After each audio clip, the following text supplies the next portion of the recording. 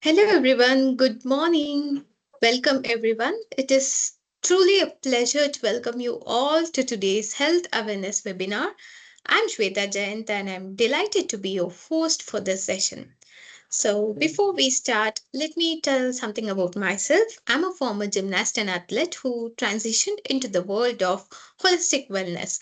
Today, I'm a certified yoga instructor, face yoga expert, and a proud founder of Fit Yogic. My journey from competitive sports to yoga has been incredibly fulfilling, allowing me to help individuals improve their well being through practices such as face yoga, kids yoga, ashtanga yoga, corporate yoga, senior yoga, and pregnancy yoga. So, before we begin, let me quickly walk you through today's agenda so that it will be easy for all of us. We will start with a brief introduction to ADCC and our esteemed guest speaker. Following that, our expert speaker will lead us through an insightful discussion on health and wellness. Toward the end of the session, we will open the floor for a Q&A segment, and the chat box is already open, where we will address as many questions as possible. And as the session progresses, we encourage you to share your questions in the Q&A window or the chat box, and this will really help us compile them and ensure we address them during the discussion. Also, to ensure a smooth and focused experience for everyone, we have muted the audio and video due to the size of the audience and time limitations. However, we strongly encourage participation through the platform by raising your hand or submitting questions in the chat box. And for any questions we may not be able to address during the session due to the time constraint, we will certainly follow up via email. On on behalf of ADCC, I would like to sincerely thank each one of you for taking the time to join us today. And your enthusiasm for learning, wellness, and personal growth is what makes initiative like this truly meaningful. Now, being said that, let me take a moment to introduce ADCC. ADCC is a distinguished ITES consulting and implementation company specializing in geospatial services, infrastructure solutions, and digital transformation. Since its establishment in 2013, ADCC has been the forefront of integrating cutting edge technology to the architecture, engineering, and constructions, that is AEC industry, enabling professionals and organizations to enhance efficiency and remain competitive in an ever evolving digital landscape. And one of ADCC's key areas of expertise is Building Information Modeling, that is BIM, where the organization has played a significant role in transforming digital workflows within the construction and infrastructure sectors. ADCC provides advanced BIM consulting services, specialized training programs, and even a master degrees program in collaboration with a renowned international university, helping professionals align with global best practices. And also, in addition, ADCC is an authorized training partner for Autodesk, Bitney, and SolidWorks, and several software products offering globally recognized training products for architects, engineers, and designers. With a team of highly qualified trainers and technical experts, ADCC ensures that learning goes beyond theory and focuses on practical industry relevant applications. And at its core, ADCC is driven by a vision to foster innovation, accelerate the digital transformation, and contribute to the future of infrastructure and geospatial technology. Through collaborations with leading global partners, ADCC continues to deliver sustainable, efficient, and future ready solutions for industry professionals and organizations. The managing director of ADCC, Mr. Vikas Chongi, strongly believes in building meaningful connections with clients, partners, and wider community through initiatives like this. And today's session reflects ADCC's commitment not only to professional excellence but also to the well being of the community we serve. And now, as a part of today's program, we will hear a special recorded message from Mr. Vikas Chonke, where he will share his thoughts and vision for this initiative. So, just give me a moment. Let me play the video recording for you all.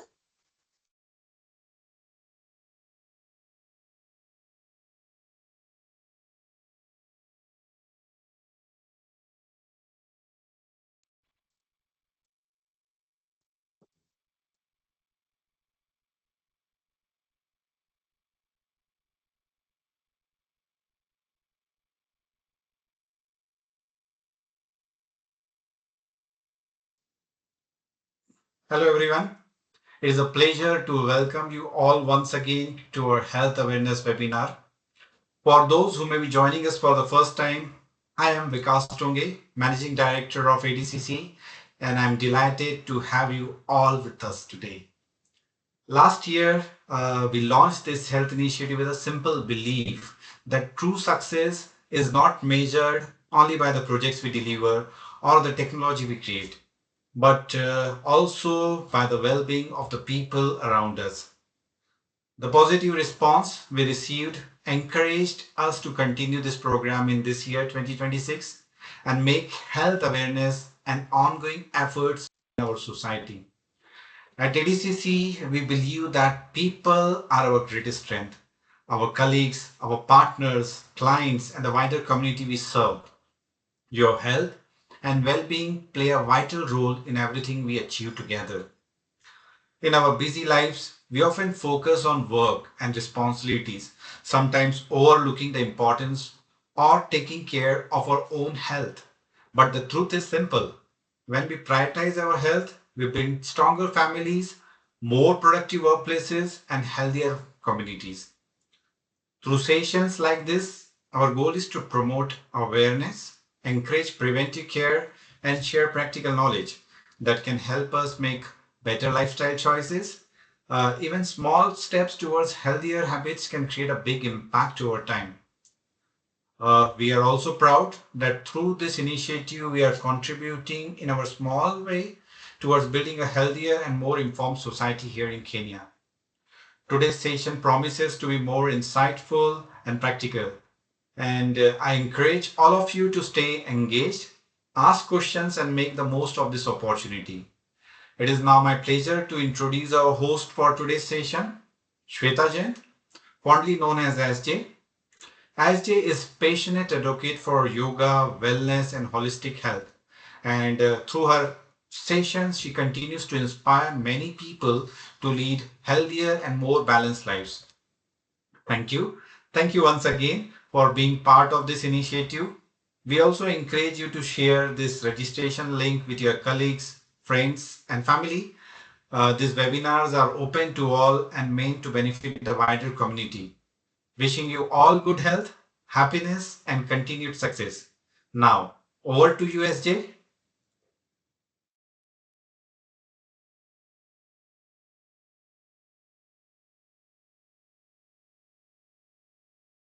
Thank you so much, Mr. Vikas, for sharing the insightful thought and vision for this initiative. And once again, thank you for being here, everyone. Now, we'll go as per the agenda. And again, a warm welcome to ADCC's health webinar for everyone who have joined in the middle. It is both a privilege and pleasure to introduce our distinguished speaker, Ms. Jaini Shah, a renowned food relationship coach and rapid transformational therapist whose work is transforming lives across the globe. Jaini's mission is clear and powerful to help individuals take control of their emotional well being, make mindful and informed food choices, and also to unlock the full potential of their minds to live vibrant, fulfilling lives. Her work sits at the intersection of nutrition, mental clarity, and emotional resilience, three pillars that are crucial for both personal health and professional excellence. Before embarking on this transformational path, Jaini was a successful corporate lawyer immersed in the high pressure demands of the legal world. Like many of us, she faced the harsh toll of stress, burnout, and declining health, including chronic fatigue and thyroid issues. But rather than accepting this as her norm, she made a courageous decision in 2020 to reclaim her health and her life. So, through the globally acclaimed Wild Fit program, Jaini refined her relationship with food, restored her energy, and found a sense of joy and vitality she hadn't felt in years. Her personal journey inspired her to become a certified Wild Fit coach and later a rapid transformational therapist, empowering others to experience the same healing and transformation. And also, what sets Jaini apart is her unique approach that blends practical wellness strategies with deep mindset tools, enabling individuals not just to change their habits temporarily, but to achieve lasting, sustainable health and emotional freedom. And today, she is here to guide us on a journey back to the basics, back to real food, real emotions, and real well being. Whether you're seeking to boost your energy, or you're seeking to manage your stress, or you're here to build a healthier relationship with food, I'm very sure this session will leave you with transformational insights and actionable steps. So, without further ado, please join me in extending a warm and enthusiastic welcome to our renowned guest speaker for today, Ms. Jaini Shah. Over to you, Jaini. I with that, thank you so much for that introduction. Can you guys hear me okay? Can you see me okay? Yes, you're audible and visible. Perfect. Awesome. So, good morning, everybody. Thank you so much for joining us today and taking this time out of your busy day to be here with us. I am going to share with you that this is an interactive session. Okay, so I'm going to need your fingers ready to type for us in the chat box. And I'd like to request if you could please turn on the chat box. It's still showing as it's turned off for this meeting because it's going to be very, very important for our presentation today. So, welcome everyone. Before we start, I would love for everybody to just ground and be in this space with us today so that we can really focus, be present, and soak in all the awesome information we're going to get today. So, if you're at your desk, if you are driving, wherever you are, I want you to just take a deep breath in and breathe out. Of course, if you're driving or doing something, please don't close your eyes, but you're welcome on this second breath to close your eyes. Take a deep breath in. As you breathe in, just breathe in all the good vibes, the greatness of today. Breathe out, just releasing all the tension, letting go all of the stress, and just being here right now today with us. And just one last breath, breathe in all the greatness, positivity, sunshine, and breathe out. Letting go of all the tension in your body and your mind, and just coming to be here with us today. I'm going to go ahead and share my screen. All right. And let's get started, you guys. I'd love if you could just put in the chat a little thumbs up if you are ready, if you are here and you're ready to leave feeling empowered and to take action to be healthier. And I promise you, if you stay engaged, if you stay with us throughout this entire presentation, you are going to walk away with a completely different perspective on health, on food, and what it means to you. So go ahead and put it in the chat box. Give me a thumbs up. And I'm just going to see if we can get those thumbs coming in. Or put a yes if you don't know how to do that. Just give us a yes.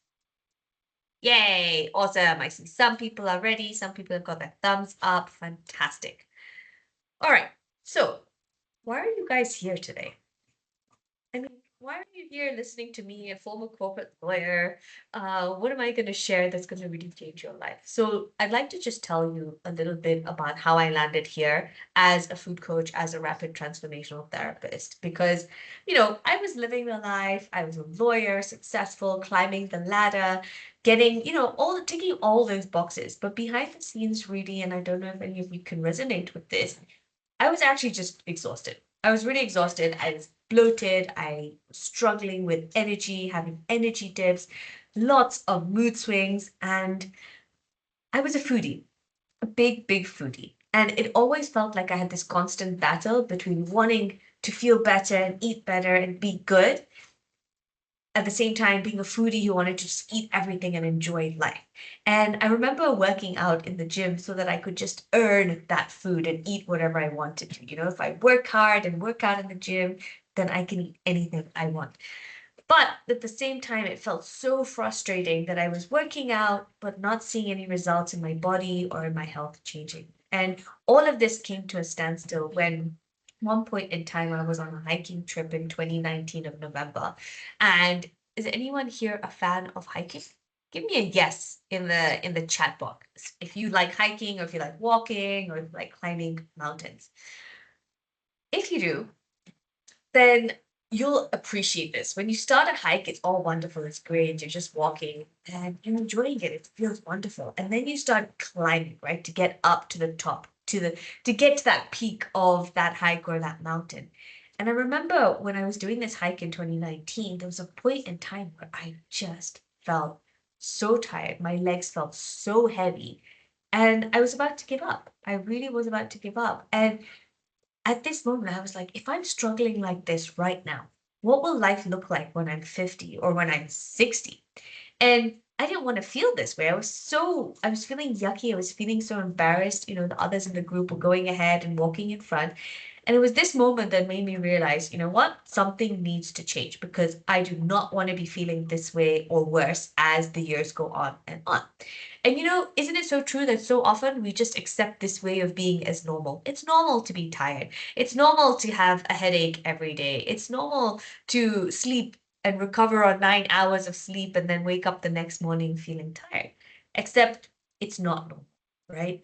I was just in a place and I had an autoimmune condition as well called Hashimoto's that affects the thyroid.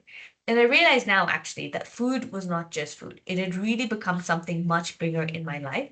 And that's why it was so hard to change. That moment made me realize that I need to take action and do something different. So in January of 2020, I found this beautiful program called WildFit. It was a 90-day program to help me change my relationship with food. And the beauty was, I went in and it wasn't a diet, it was an exploration of why I made the choices that I did and how those choices were silently draining me. During those 3 months, it's incredible, you guys.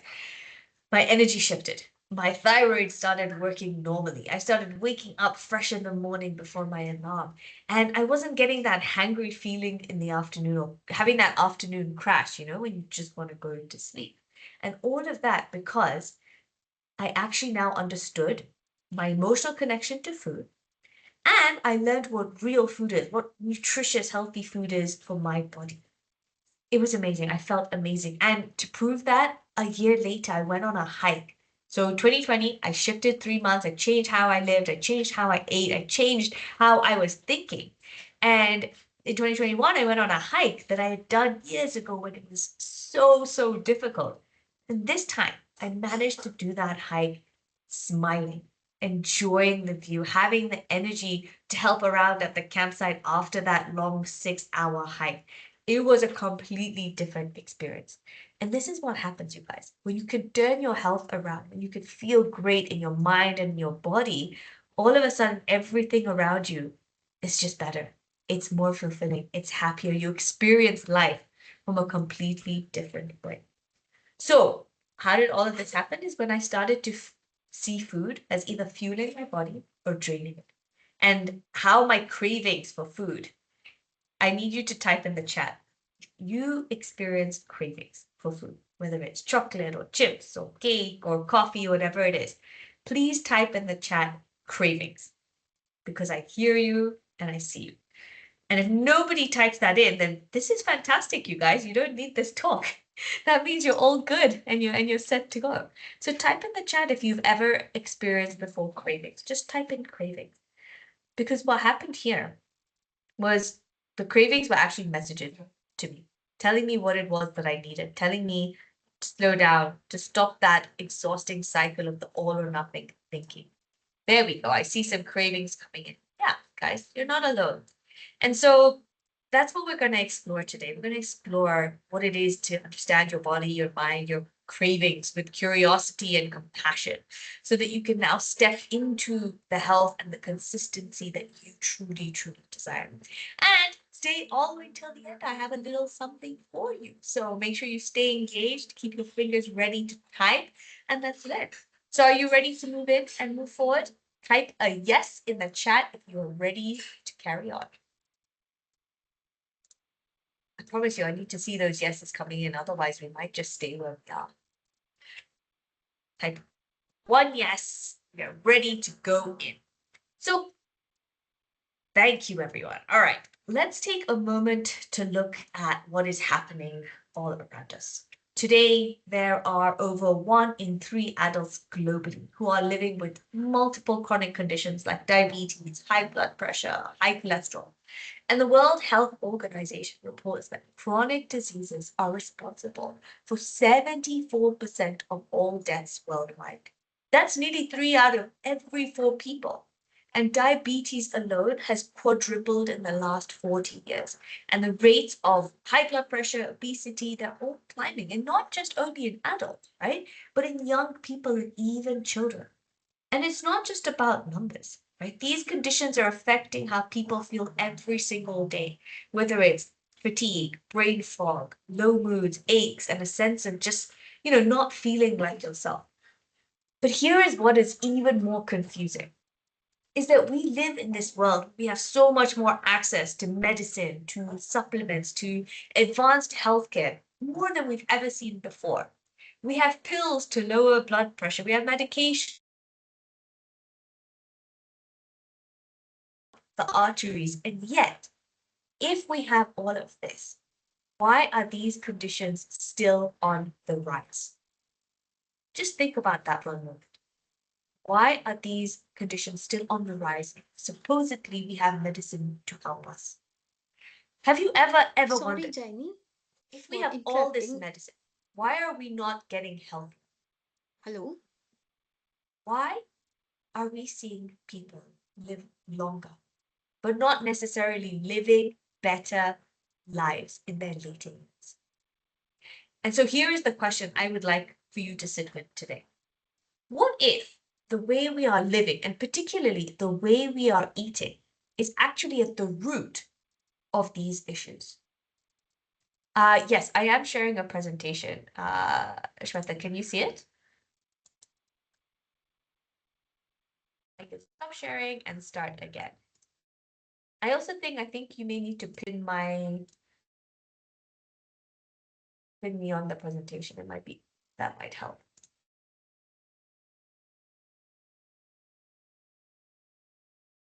Okay, please let me know if you can see my presentation now.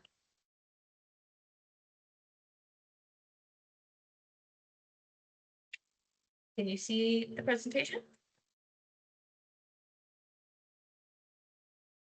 Okay, great. So that's the question I want you to think of, right? Because if our bodies are not failing us, but rather they're responding exactly as they're designed to in this environment that we were never designed, that's the issue.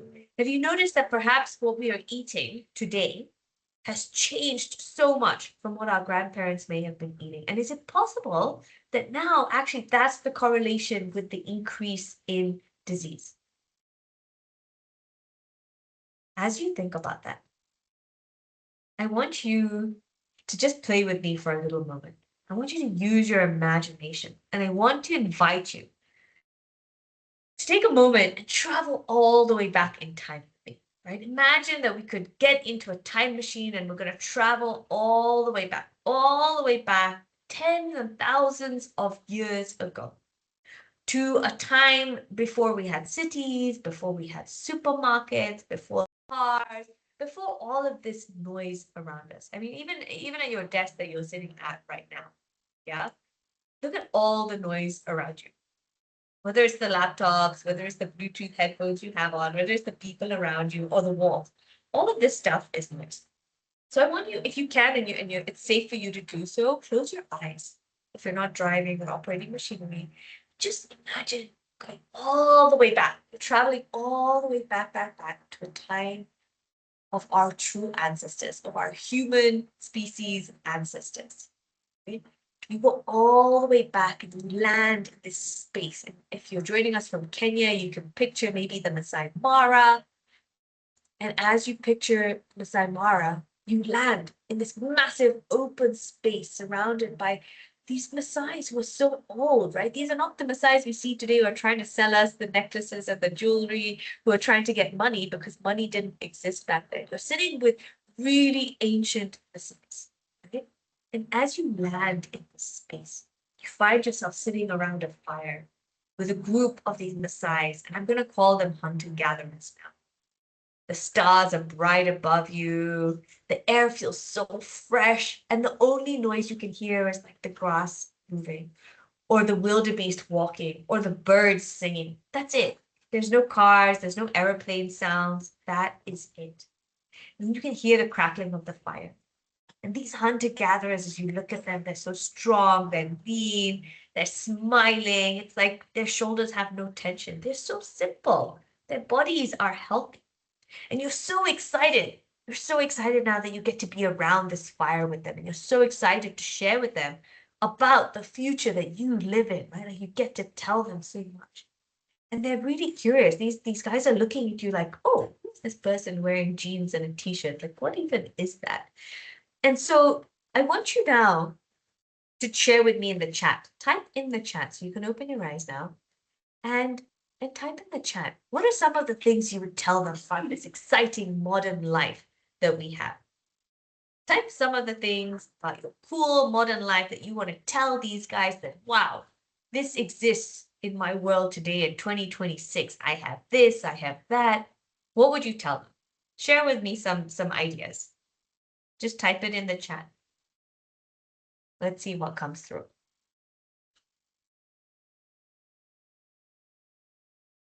What are some of the cool things you tell them about what you have in 2026?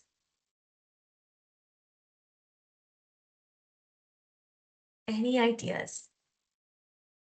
Maybe it's this laptop that you're on. What is it? Just share in the chat some of your ideas. What would you tell them? Maybe it's, I'll give you I'll share an idea. I'd be like, oh, I have this telephone. I have this phone. And I can use this phone to call people who are not sitting right next to me and I can speak to them. That's something cool that exists in 2026 that doesn't exist then. What else? Networking and online webinars. Yeah, exactly. Thank you, Stephen. How insane is this that I'm sitting here, you are sitting where you're sitting, and we can be talking and sharing this webinar, right? What are some of the other things that you would tell them? Maybe cars. Be like, yeah, I have this car and I can go 10 kilometers in 10 minutes.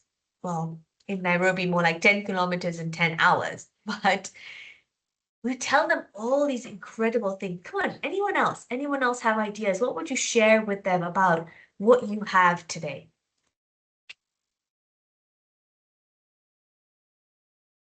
Let's see some things coming in.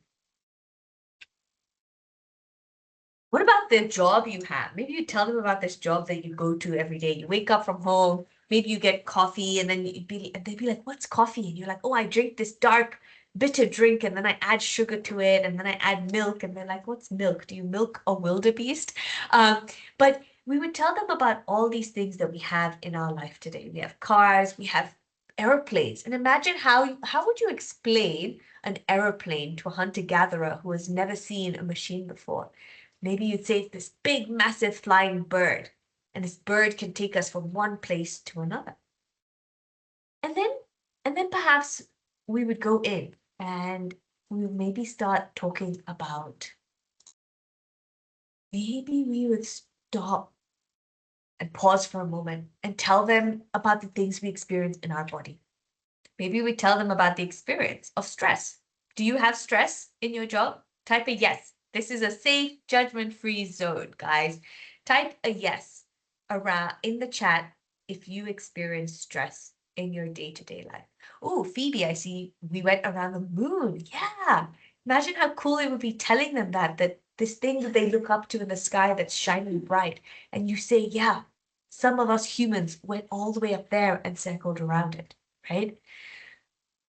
Then we tell them about this thing called headaches. We experience this thing, we get this headache. Or maybe we tell them about diabetes and high blood pressure. And that when we get older, we forget things. We stop remembering people. We stop remembering places. There's this thing called dementia and Alzheimer's. And we're not able to move. We use a stick to walk around everywhere. We're not able to squat. And so when we go to the toilet, we need help. Imagine telling them all about this stuff. And now, at first, the hunter-gatherers were so excited. They're like, what? You can shop online. You can get food delivered to you. You mean that you don't even have to go and hunt to get your meat? They were so excited. But then as we started sharing more about our modern lives, the hunter-gatherers were like, that doesn't actually sound that great. That's not so exciting. I don't want all these diseases and you have to pop all these pills. But now let's flip the roles a little bit. Now imagine if you could ask them, if you could ask the hunter-gatherers, how did they live? What do you think they would tell you? Share with me in the chat. What do you think the hunter-gatherers would tell you about their life, about how they live, what they do? What are some ideas? Just use your imagination. If you don't know for sure, just make a guess. All guesses are welcome here. These are hunter-gatherers who are strong and lean and alert. What do you think they were doing in the day? How they ate? Share some thoughts in the chat. What do you think they would tell you as you ask them, wow, how do you live without disease? How is it that you live so happily and content? Type some things in the chat, guys. What are the hunter-gatherers doing at that time?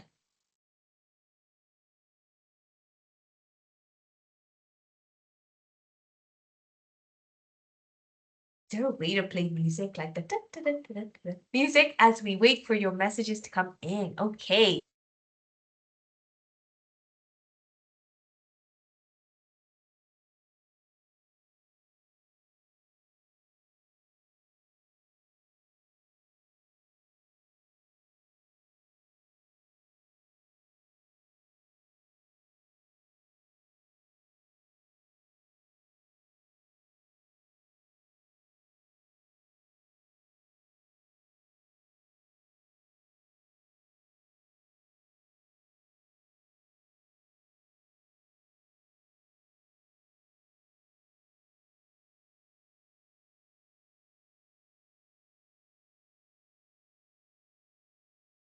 Oops.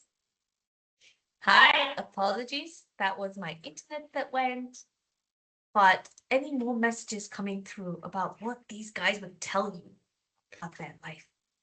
It's absolutely right what Stephen is saying. They would do so much. How they walked for long distances to secure food from Kezia. Yeah.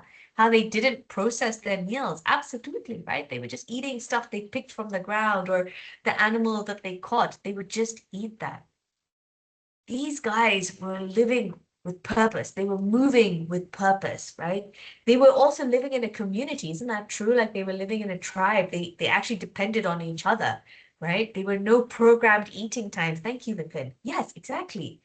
They wake up with the sunrise. They sleep when it's dark. They spend their days just moving, foraging, gathering, working together to hunt, getting their medicines from trees. Exactly. And perhaps the medicine was not even necessarily a medicine. It was just part of their wellness regime, right? Like drinking all those herbal concoctions if they would boil water or just chewing on those leaves. It's incredible, right? They were easily able to gather as family elders to advise the young because they had the wisdom. At that time, there was no chat GPT, right? To ask, oh, what should I do for XYZ? It was like you actually depended on your elders on how to survive and what would make you survive. Thank you, guys. These are incredible coming through how they differentiated between poisonous and healthy plants. Yes, simple and stress-free life. Exactly. This is what they were doing, right?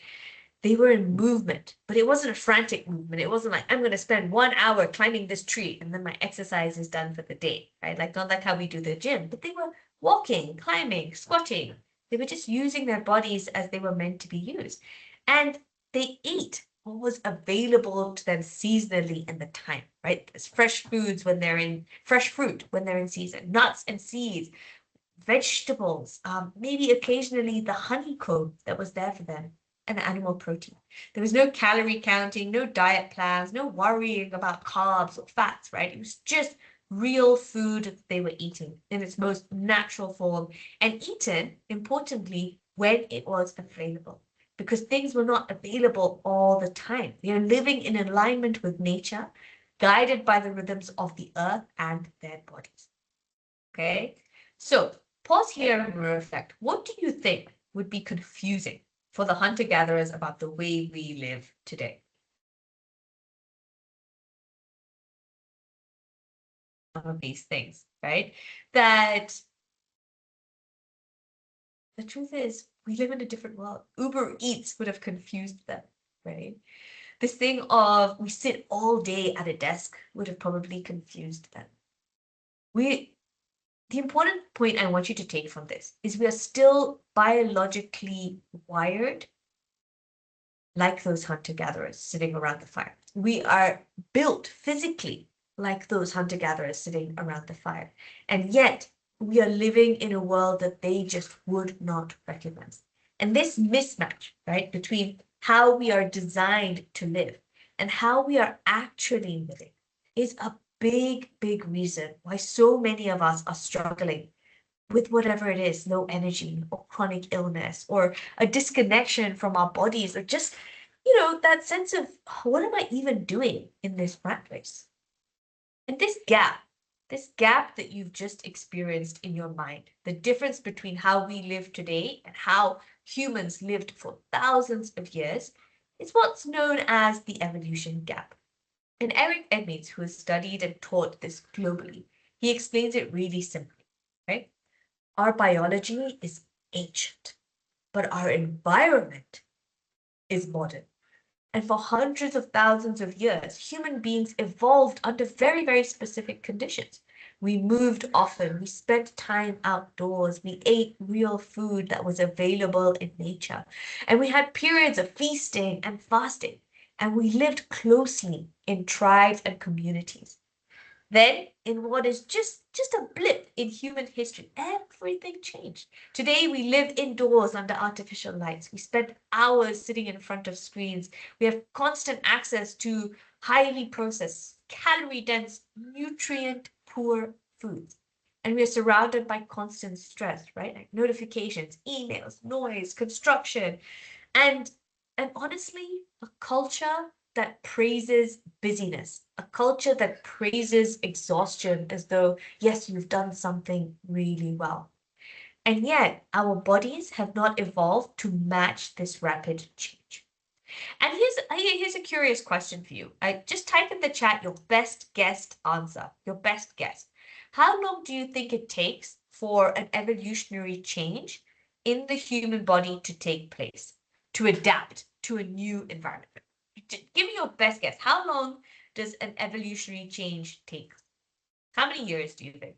Or weeks or days? Whatever your best guess is. Just type that in the chat. How many years does an evolutionary change need?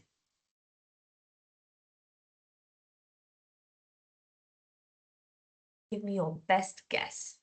All right, I see some answers coming in.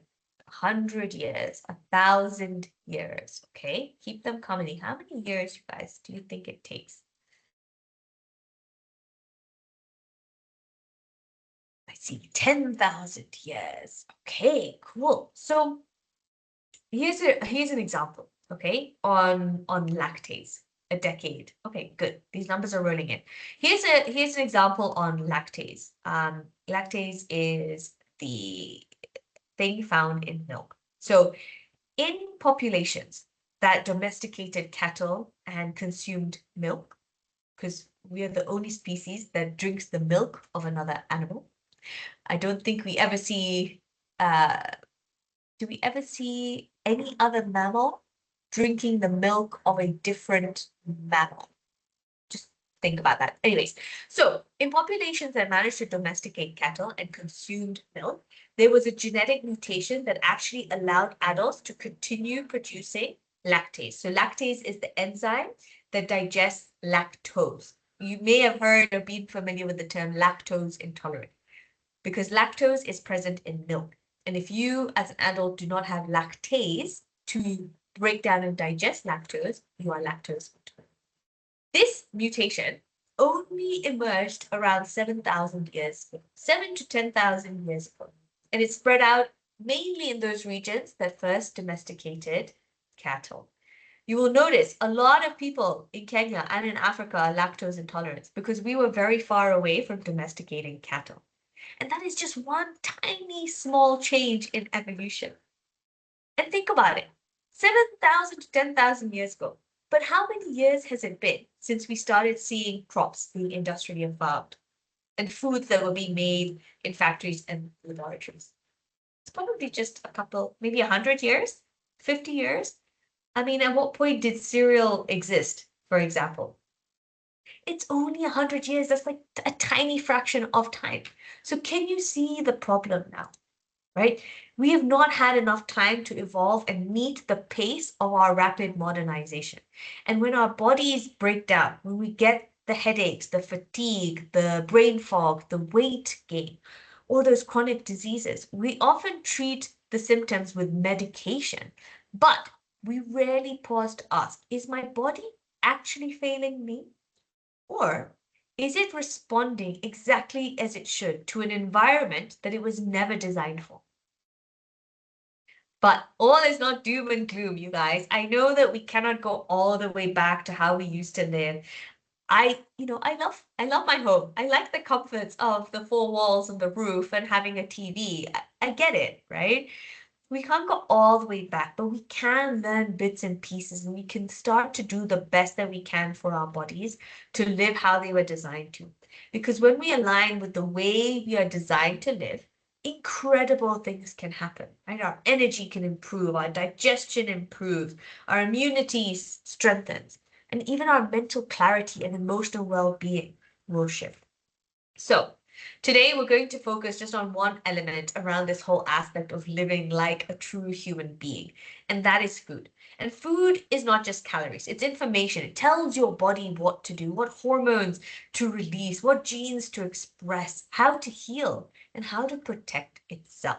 So what happens when we eat in a way that is aligned with our biology? And what happens when we do not? And that's what we're going to explore next. So food can drain you, it can sustain you, it can elevate you. Let me ask you a question, all right? By the way, does anyone here own a Ferrari? But if you owned a Ferrari car or a Lamborghini or whatever the bestest car you can think of, tell me, what would you do to take care of it? Write in the chat, what are some of the things that you would do to take care of this incredible, amazing, fast, very, very expensive car? What would you do? Maybe you would take it for service? Tell me something in the chat. What would you do?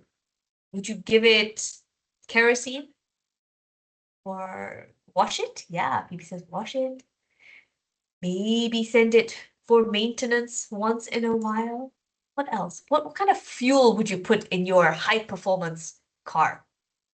You would give it the best service? Exactly. You would send it to the mechanics and give it service every now and then. What would happen if instead of giving it service, instead of washing it, and instead of driving it around and using it and having that regular service, what would happen if you just put the cheapest fuel inside, and you just let it sit in the garage and never took it out for movement. Nobody ever checked it. What would you expect it to perform on the road? Right? Like if you then just one day woke up and was like, okay, come on, Ferrari, I want to take you for a drive. Would it actually even move? What would happen to the battery? Would it even start? And that's what many of us are unknowingly doing with our bodies, right? We're just putting in the cheapest fuel. We're just letting it sit. We're not going for regular service. We're not really fully 100% taking care of it. Your body and your brain are the exact same way. You want to give it the best. So now let's take this even deeper and talk about what happens inside your body and your brain when you fuel it with junk versus when you fuel it with real food. And so I want you to picture your brain for a moment. All right. What do you want it to be made up of? And I hope you can still see my screen, right? What would you want your brain to be made up of? Imagine that one brain on this side that's constantly fueled by processed food, right? The chips, the burgers, the donuts, the cakes, the milkshakes, the sodas, right? Things with lists and ingredient names that you just don't even understand. Foods that are high in sugar and grains and seed oils and chemicals. Foods that our ancestors would never have recognized. And I want you to then see on the other side a brain that is made of real food. You see, every cell in your body, including your brain cells, is literally created from the building blocks that you give it. So if you want to perform at your top level, then you need to fuel yourself with what your body needs, not just what it wants in the moment. And let me just share with you a quick client story, right? I worked with a client who was actually a lawyer, and like many of you, would work late until the night, wake up feeling tired, dragging through the mornings, having to take those coffees to just get through the day, and usually having yesterday's to-do list still unfinished. And we worked together. We made small, consistent changes towards eating real food. Not a restrictive diet, right? Because I'm all about mindful eating, but learning what their body actually needed, working to understand their food cravings and what emotional support or stress tools they could use so that they didn't rely on food. And you know what the result was? They started making decisions faster. They were finishing work earlier because they were just more efficient and effective. And they found themselves having more time in the evening. They could spend quality time with their family. They had this energy to pick up hobbies, and they just genuinely felt happier. And you know what happens at work then? You become sharper, calmer under pressure. And you start leading with more clarity and making decisions from a clear space. Because when you feel good, you perform your best.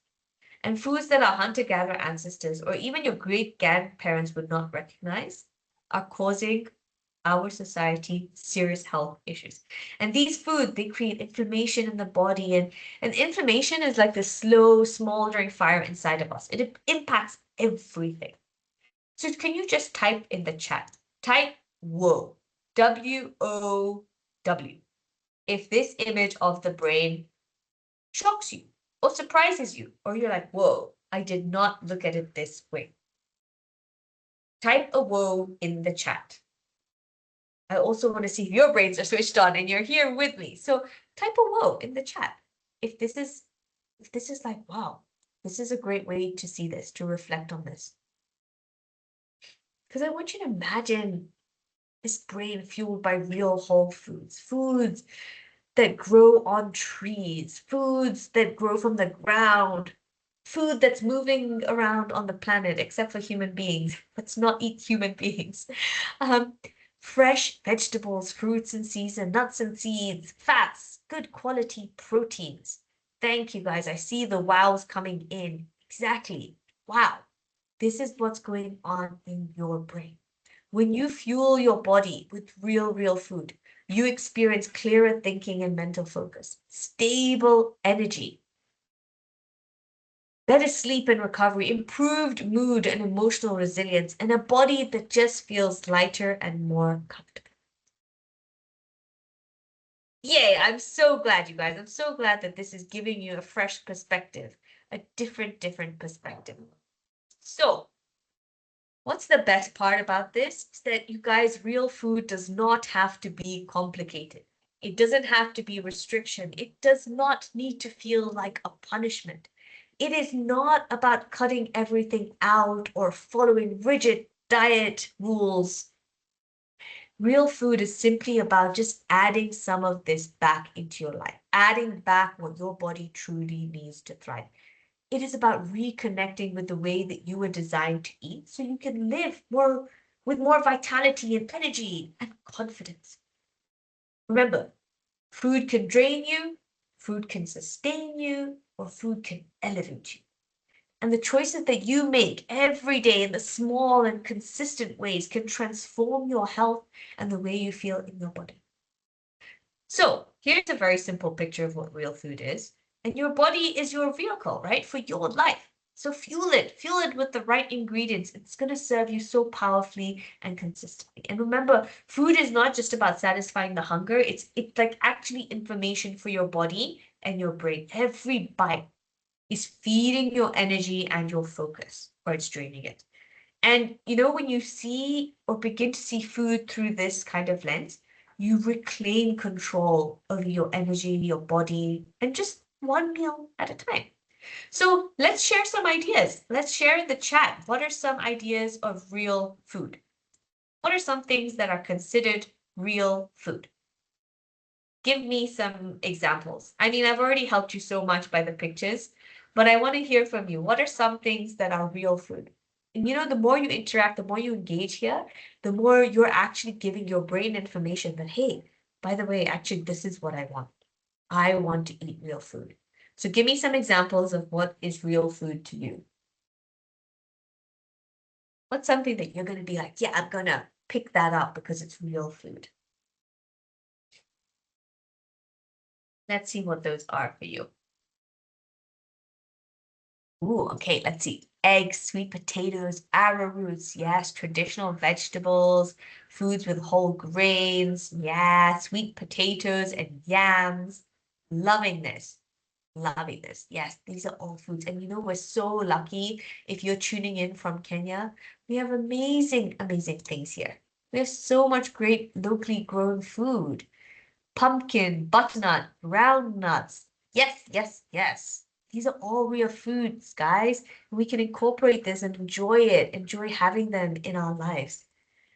And now you can just make a little commitment to yourself, okay? This coming week, the weekend ahead and the week to come, make a little commitment to yourself to just incorporate more real food into your life. And just what will that be, right? Oh, I see boiled fish, whole grain, lots of fruits. Yes, yes, yes, yes. All these things. So make a little commitment to yourself, right? You could shake your own hand. You could just do it mentally and just say, yeah, you know what? I'm committing to more real food this coming week. I'm going to maybe swap out that packet of crisps with some salted nuts. I'm going to maybe swap out getting those French fries from wherever it is you get fries from these days with having some roasted sweet potato instead. Just one little thing to help you to take action towards what you're learning today. And now in the next session, we're going to explore why. We're going to explore why, even though we all know this, that we got to eat real food, why is it so hard to change what we eat, right? You're not alone, guys. Food is one of the hardest things to change. We're going to talk about cravings, emotional eating, and the psychology behind why food feels like such a struggle sometimes. Even when we're so smart, when we're so disciplined, when we're the boss in our companies, right? Why is it so hard when it comes to food? Because if you've ever felt frustrated, thinking, I know what to do, but I just can't seem to do it, you're not alone, and there is a reason for this. So let's dive into that. And I saw some more things coming up in the chat. Yes, traditional vegetables and greens, okra, omena, more greens, especially traditional vegetables. Excellent, guys. That's exactly what this is. So let me ask you this. Have you ever told yourself, I'm going to be so good this week. I'm going to eat clean and no junk. And then by like Thursday, you're at the petrol station or at the supermarket and you're grabbing a soda and a packet of crisps. Or maybe you know what's healthy, but like at 11 a.m. when your energy is crashing, you still find yourself going for that cupcake or that cookie or getting that tea loaded with sugar. And if that's you, I just want to assure you, this is not about willpower, guilt, or judgment. The real truth is, it is hard to change what we eat. And it's so hard to change what we eat because food is not just fuel, food is also emotional. Food is comfort, food is connection. And there's a really important connection that you need to be aware of, and that is this. From the moment that we were born, food was tied to love and to safety, right? So if you went all the way back to that time when you were just a little baby, there was this one moment. The moment was when you were being fed, when you were being given the milk. Maybe you were breastfed or maybe you were given milk by the bottle, but in that one single moment, every one of your needs was met, right? When you were being held by your mother or caregiver, whoever it was, and you were being given that milk, you felt loved, safe, secure, connected, and significant. And these are all core needs that we need to have met. And everything in the world felt okay in that moment. And that is when we first developed that association that food equals love. And then over the years, this association deepened and strengthened in ways that we did not even realize. And let me show you how, okay? In the chat, I want you to think of a cake. Let's play a little game, okay? Think of cake. And when you think of cake, what comes to mind? What else do you think of? What does a cake relate to? Type in the chat, cake, okay? Tell me, what does it relate to? When you think of cake, what comes to mind? I need quick fingers here now, guys, because there's two examples I really want to share with you. You think of cake and you think, what? You think sugar, yeah. And I want you to think of more than the taste of it. I want you to think of the feeling or the situations around which you would see or experience cake. Yeah, celebration. We have cakes at celebrations, right? All the times at birthdays, events, weddings, graduations. Yeah, birthdays that bring people together. Party. Yes, exactly. Cake is so tied to this emotion of celebration and joy and happiness and celebrations. Yeah. Okay. Now I want you to think about let's see if we have lots of drinkers here. I don't know, but beer. When you think of beer, what comes to mind there? What sort of situations, what sort of feelings come up when you think of beer? What is beer?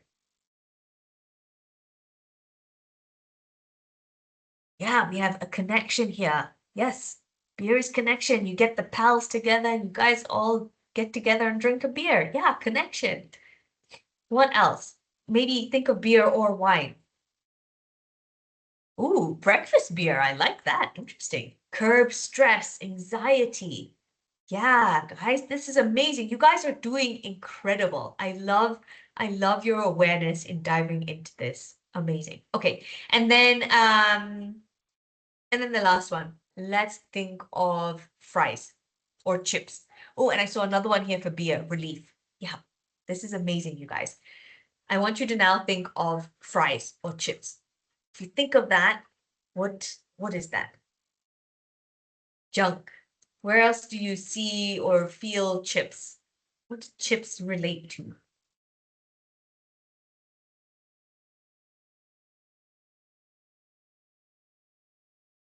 Easily available, affordable, seed oils. Yeah, interesting. Fries, quick meal. Exactly.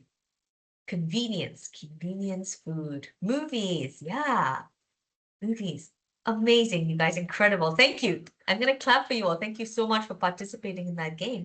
You're doing incredible. And you're absolutely right about all these things and what it means for you. And this just shows you, you see, that food has become so much more than just about nourishment.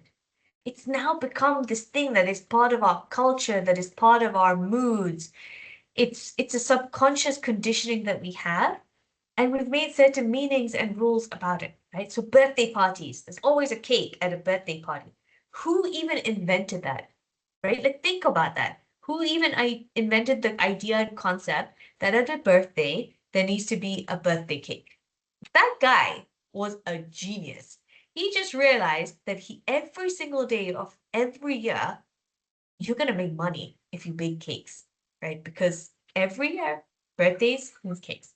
What about when you fell and you hurt yourself? And think about when you were little, or maybe if you have kids as well. And there's no judgment here, you guys. We're just exploring with curiosity. But think about it. When you fell or you got hurt, does somebody give you something sweet or maybe an ice cream to say, it's okay, everything's going to be okay, you're going to be fine?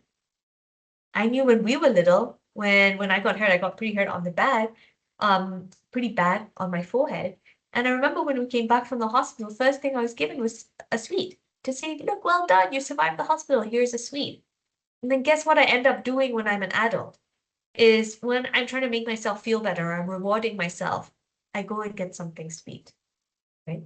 This is all conditioning that's gone through. Or what about in school, when maybe you did really well in your exams, or you won a game or something? Were you taken out for a special meal? Were you given a special meal to eat? Mm. And think about it, as an adult today, when you do something good, do you feel like rewarding yourself with food?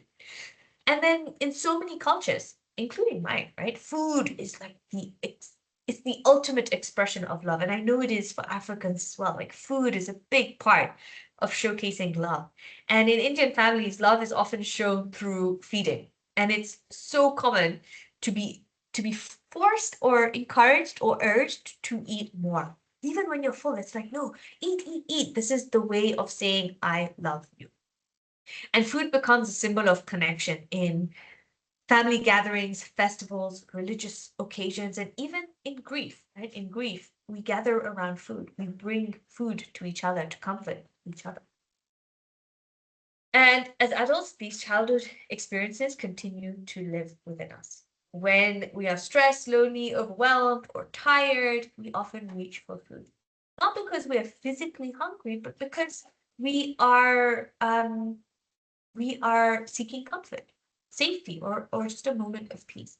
And just, let's just be honest. Many of us, we've never really truly been taught how to feel and process our emotions, right? And it's okay, but we need to become aware of this as adults so that we can address it. So then food becomes a quick, socially acceptable way to numb the discomfort or to reward ourselves after a long day. It's not just you guys. This is a human experience we are going through. It is part of how we have been conditioned. And here's the fascinating part. The brain also gets like this hit of dopamine, a feel-good hormone, when we eat sugar, salt, and fat. And this then reinforces that loop, that behavior loop that can feel so hard to break. This is why even when we know what's healthy, and even when we are disciplined, intelligent, and we're so successful in all areas of our lives, that food can still feel like a struggle. Because food choices are rarely just about food. They're about how we manage stress, how we seek comfort, how we celebrate, and how we soothe ourselves. And now here is the empowering part.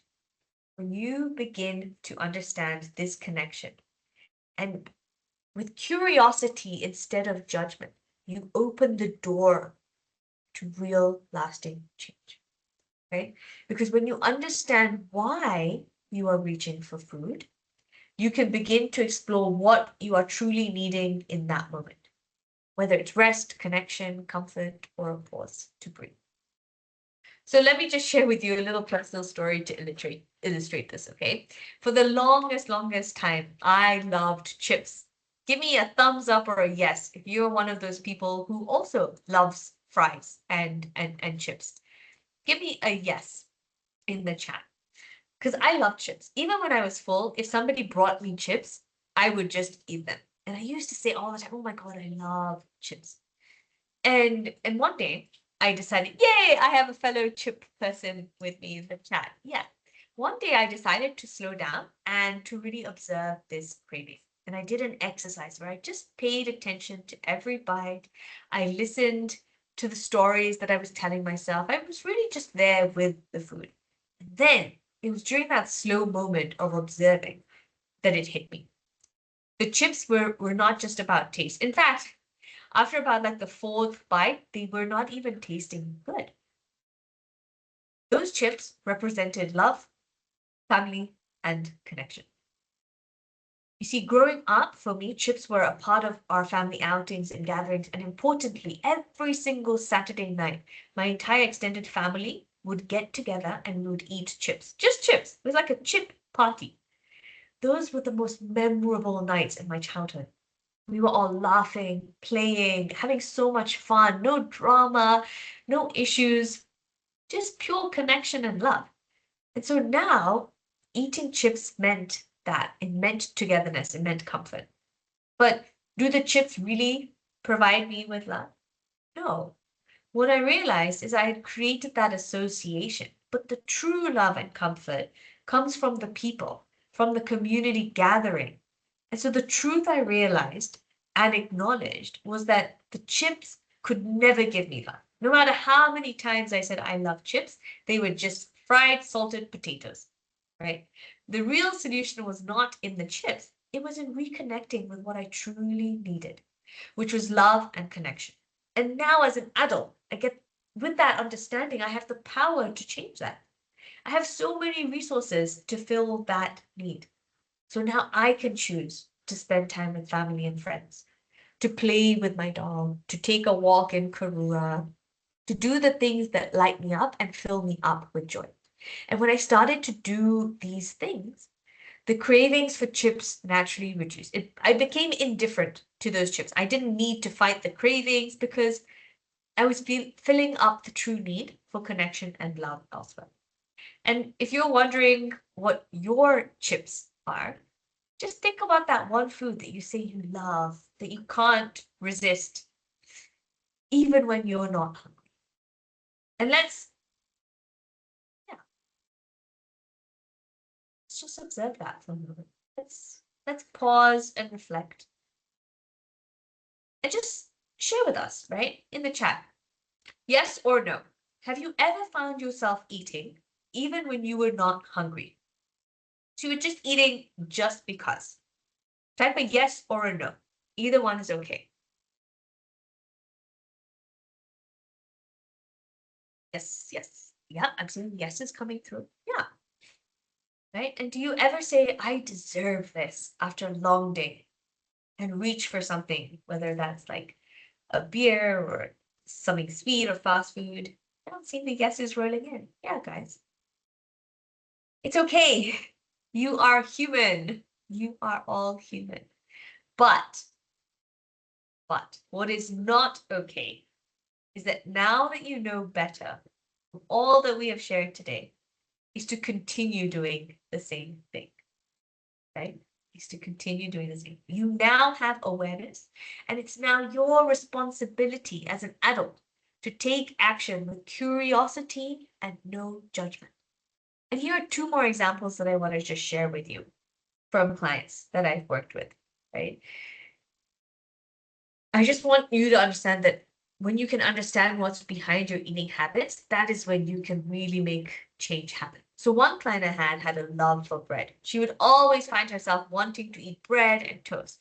And after a meal, she would always just say, oh, just one slice of toast, right?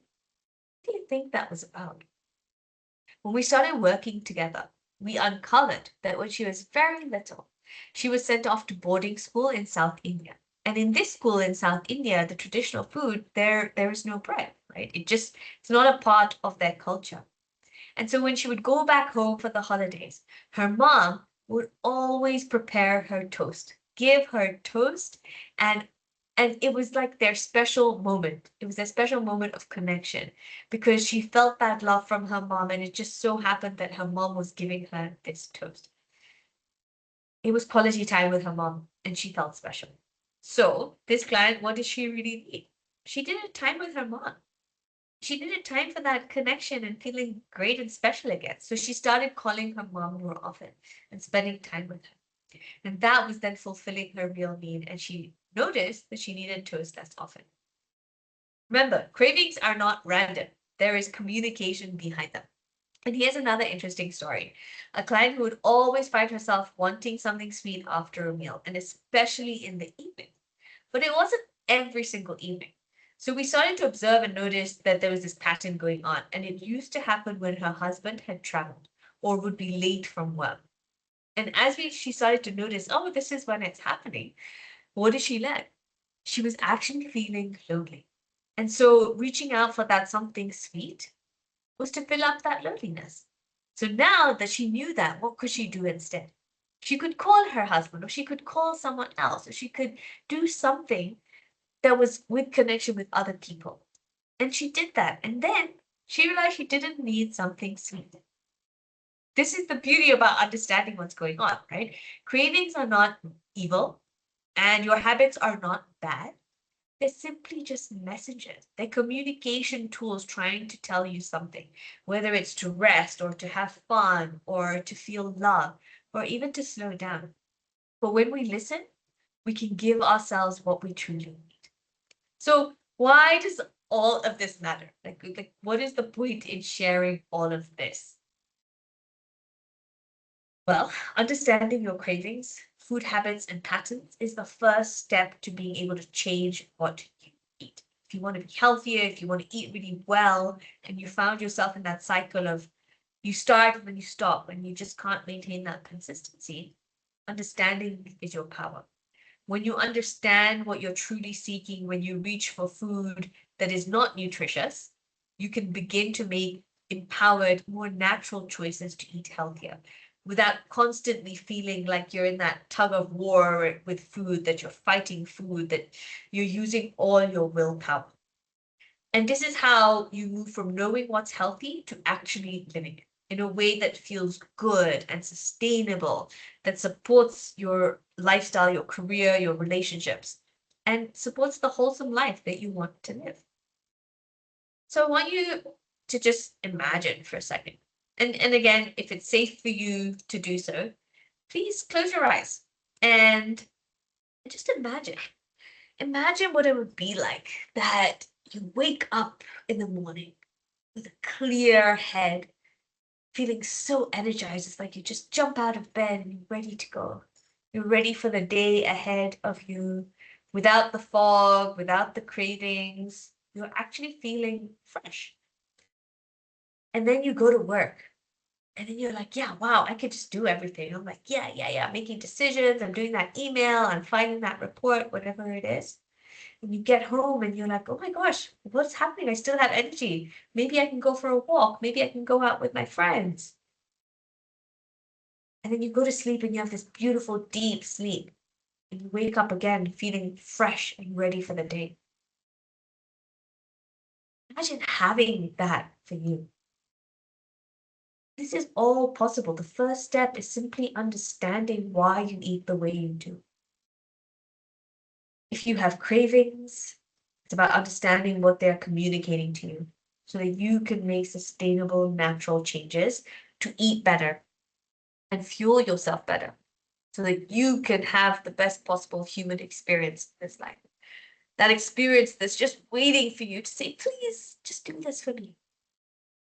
And if you found this part of the talk eye-opening, this connection to food, this understanding what's going on behind our food making decisions, I want you to just type a yes in the chat. Type a yes if this has been, I never thought about it this way. Wow, I didn't realize that that's why it's been so difficult to change the way that I eat. Type a yes in the chat. That is the case for you. And if this part of the talk has been really eye-opening for you, then here's my little invitation to you. Come join our guided mindful eating experience. It's happening this Sunday at 4 p.m. And if you want to dive in and explore that more for yourself, then come join us. And I'm going to just pop in the chat the link. If you're curious, then register and sign up with us for this incredible guided mindful experience. I was going to pop it in the chat, but it doesn't seem to want to go. There we go. So if you're curious about this guided mindful eating experience, go for it. I'm dropping this there because, like it's not about the food. It's about what's going on behind that decision-making process. Or you are also more than welcome to email me. And I'm going to pop my email down there. So if you're curious and you're like, oh my gosh, I want to understand more about what is going on here, there's my email address for you. So to recap what we have learned today, and then we'll dive into some questions, is first we looked at the reality around us, right? That chronic illnesses are on the rise, despite having more medicine and healthcare and advanced healthcare.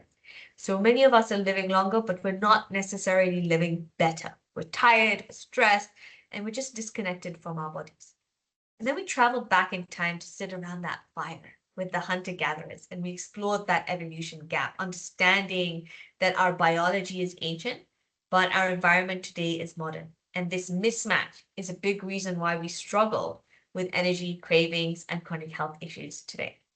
And then we talked about how food is not just calories, but it's information, right? It could drain you, sustain you, or elevate you.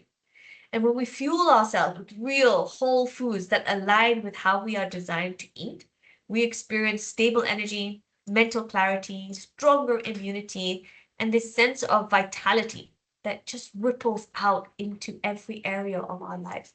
I cannot even tell you how different my life was 6 years ago before 2020. It was dull compared to what I am doing now, to how I am feeling and living and being in my mind and my body. And then lastly, we explored the psychology of food. Food is not just fuel, it's connection, comfort, and love. And from that moment that we are born, food becomes tied to our emotions. And cravings are not just failures of willpower, they are just messengers trying to tell us what we truly need. Rest, connection, love, safety, or even simply just pause to breathe. And then we shared stories about chips, about toast, about chocolates, and how cravings often have hidden emotional layers, right? So I'd love to hear from you. What's your one big takeaway from today? What's the one thing that you are walking away with?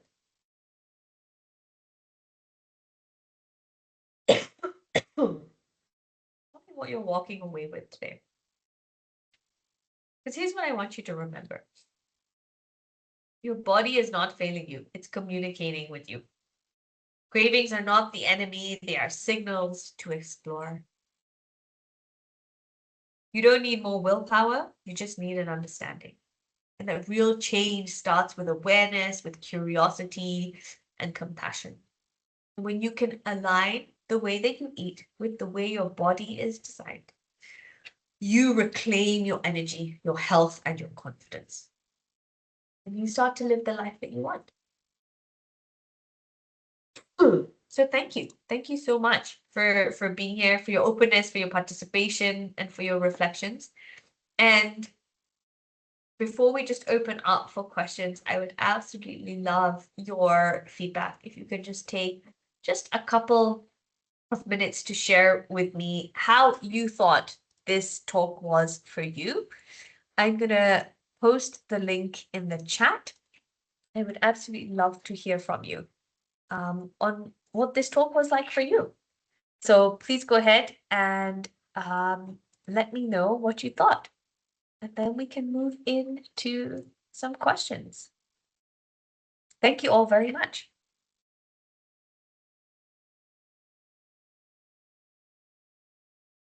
So are there any questions coming through? Thank you, Lincoln. Yeah, food communicates. Every eating habit is a message, and it is key to listen to the message and act appropriately. Exactly. That is wonderful.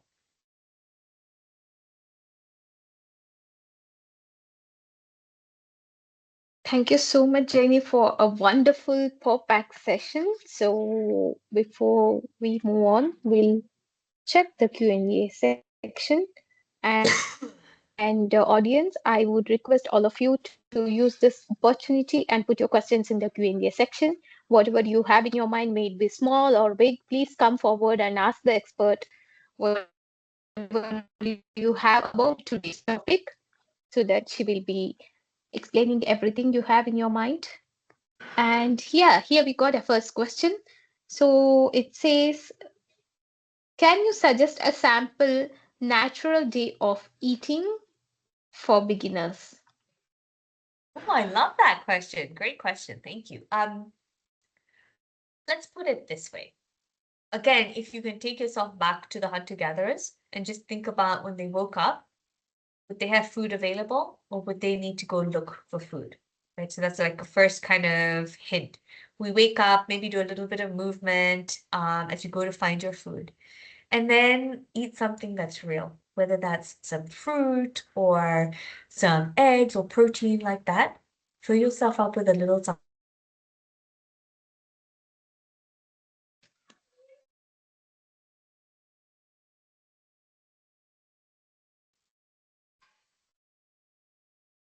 Sorry, I don't know what happened there, but yeah, Yes. the whole day is just about real food. So eat something and then listen to your body. Like, are you actually hungry? Do you need to eat at 12 p.m. or do you need to eat at 2 p.m.? Right? It doesn't have to be so fixed, but see if you can be flexible about it.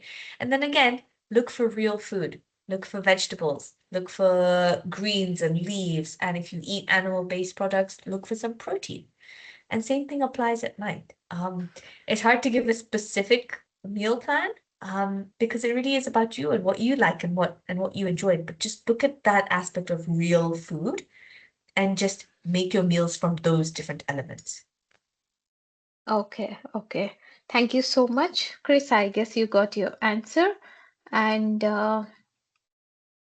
okay, there is one request.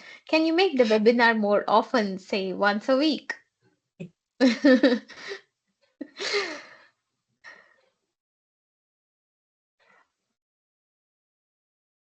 Okay.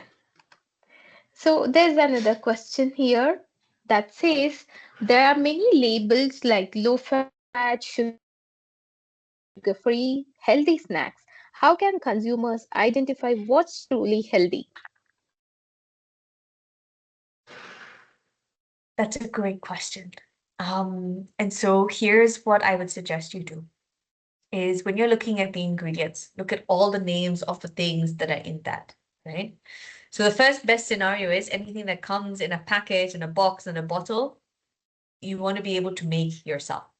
But let's say you do need to just buy something in a bottle. When you look at those names, one, recognize, does it sound or look like English that you recognize, right? Like there's so many, like what is E121? You look at these things. What is a stabilizer? If you don't understand it or recognize it, then it's probably not good for you. It's not healthy. It's made in a laboratory or a factory. And then you just want to use that lens of, did this exist way back when? Right? Like, is this something that came from the ground? Is this something that grows naturally? Is it, or is it man-made? If it's human-made, then it's probably not that healthy for you. And then also, Okay. just a very interesting thing, there's a concept called greenwashing. Greenwashing is where people slap all these labels on packets like healthy and vegan and sugar-free and low fat or whatever. It's all a way of marketing. It's a gimmick to get you to be like, oh, that's the one I want. This thing says it's organic, so let me get that one. But really, you want to look actually at the list of ingredients and the names in that thing, because just because it has that label doesn't mean it's actually good for your body or that it's real food. Very true, very true. Yeah. And yeah, next move on to our next question. So, how long does it usually take to start seeing positive changes after reducing processed food? I assume that means after stopping processed foods, right? Yeah. Yes, yes. Um, So it varies from person to person, right? It depends how long you've been having that food. It depends what you're now replacing it with. It also depends on are you drinking water? Are you moving? Are you sleeping? All those things can combine. What I will say is that you will definitely feel better results. Like you definitely will, whether that's 3 days, a week, or 2 weeks. If you stay consistent, you are going to feel better. So just start. The point is just start, take one step, and then stay consistent with it. Yes, I guess if it is positive or negative, our body will give a hint for us. We will realize ourselves. So we are the one who realize ourselves. We will feel the changes, and then the other people will look at us and they say that, oh, I can see you are glowing or you feel more healthy. So yeah, so I guess the feeling within us matters more. Yeah, exactly. Okay, thank you so much, Jenny. I guess there are no more questions. There are more questions coming, but due to the time constraint, we are definitely going to email you all the answers by asking our expert for today. And then, yeah, so I would like to tell on behalf of ADCC, we'll extend our sincere gratitude to you, Jenny, for delivering such an impactful, power-packed and impactful session for today. And thank you for sharing your valuable knowledge and expertise on the important topic of beyond processed food, the path to natural health and vitality. Your guidance on the impact of processed food on our health, and along with the practical steps toward adoption of the natural, wholesome habits has truly been enlightening and beneficial for all of us. People enjoyed today's session. And we truly hope that everyone who joined today found the session meaningful and that you live with greater awareness and motivation to take proactive steps toward protecting your health. So, health is wealth, and that is important. And also a heartfelt thank you to all of you, our wonderful audience as well. Your enthusiasm, thoughtful questions, and active participation in the chat box throughout the session are what makes session like this truly valuable and inspiring. We will also like to acknowledge the dedicated efforts of the ADCC team who worked tirelessly behind the scenes to organize the webinar and ensure a smooth experience for everyone. A special appreciation goes to our Managing Director, Mr. Vikas Joge, whose vision and continued commitment to community well-being have made initiative like this possible. And his belief that professional success should go hand in hand with personal well being continues to inspire these programs. And as mentioned earlier, a few lucky participants will be selected to receive a free medical consultation.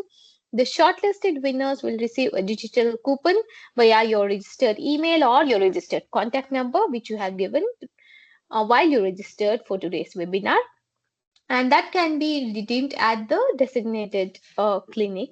And at ADCC, we remain committed to promoting awareness and empowering communities through knowledge and meaningful initiatives.